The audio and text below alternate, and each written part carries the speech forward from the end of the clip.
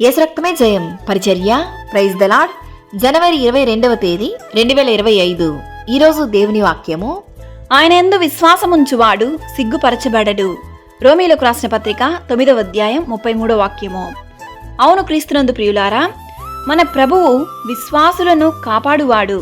పరిశుద్ధ గ్రంథంలో మనం చూసినట్లయితే, నీ విశ్వాసం నిన్ను స్వస్థపరిచెను, నీ విశ్వాసం వల్ల నీ పాపములు క్షమింపబడి ఉన్నవి అని అనేక సార్లు విశ్వాసానికి దేవుడు దయచేయు ప్రతిఫలమును మనం చూస్తాము.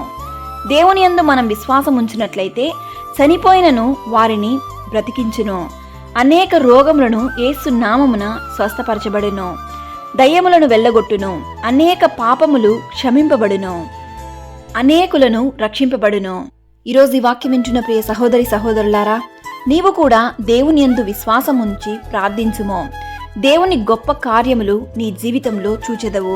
అబ్రహాము, ఇస్సాకు, యాకోబు ఆశీర్వదింపబడినది వారి విశ్వాసము వల్లనే. కనుక నీవు వారి వలె దేవుని యందు విశ్వాసముంచుము. ఈరోజు నీ కార్యం ఏదైనప్పటికీ దేవుని సన్నిధిలో విశ్వాసంగా ప్రార్థించినట్లయితే దేవుడు ఖచ్చితంగా నీ మొరను ఆలకించి నీ ప్రార్థనకు ఆయన అతి త్వరలోనే జవాబిస్తాడు. దేవుని వాక్యం ఇలా సెలవిస్తుంది, విశ్వాసం లేకుండా దేవునికి ఇష్టడై ఉండుట అసాధ్యము అని.